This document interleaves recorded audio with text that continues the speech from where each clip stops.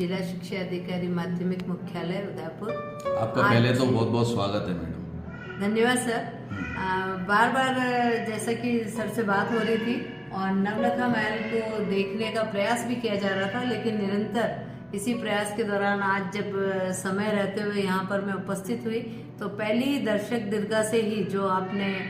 बच्चों के लिए या एक आमजन के लिए किस तरह के संस्कार उसमें होने चाहिए, बड़ों का सम्मान करना, केवल श्राद्ध और यहाँ तक सीमित नहीं रह के वास्तविक सेवा माता पिता की, और उसके अंदर जो 16 संस्कार वाले ये जो एक रूम में लगा रखे थे, उसके पश्चात अंदर दयानंद सरस्वती जी के साथ में ही ये बताया था कि कैसे उन्होंने बालिका शिक्षा पे जोर दिया। समाज की जो बुराइयां हैं, जैसे अंधविश्वास, जैसे उन्होंने मूर्ति पूजा का विरोध नहीं था उनके पास, उनका ये था कि मूर्ति में ही सब कुछ है ऐसा नहीं है, मतलब मूर्ति भी पूजो, वो उस मंदिर को नहीं तोड़ना चाहते थे। तो एक्चुअली उनकी जो विचारधारा थी वो इतनी सशक्त थी जो समाज को सुधारने के लिए पर्याप्त थी। इसी तरह से छोटे छोटे परिदृश्य या फिल्म के माध्यम से आपने मेवाड़ का जो परिदृश्य, चाहे महाराणा प्रताप हो हमारे यहाँ के शासक और चाहे पृथ्वीराज चौहान हो, वो जो संस्कृति पहुंचाने का जो प्रयास किया वो बहुत ही सराहनीय है। और मैं समझती हूँ कि ये सभी उदयपुर के आमजन को एक बार जरूर इस दर्शक दीर्घा का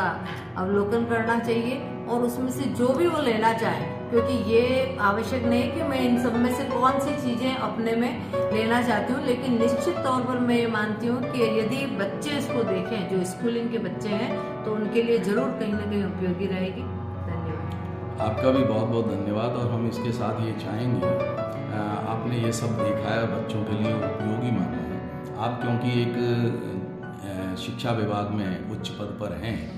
तो मुझे लगता है कि आप अपनी जो शासकीय मर्यादाएं हैं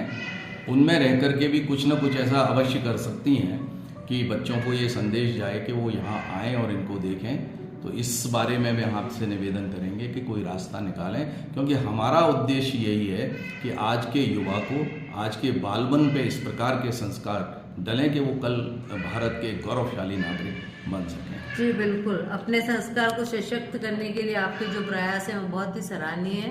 और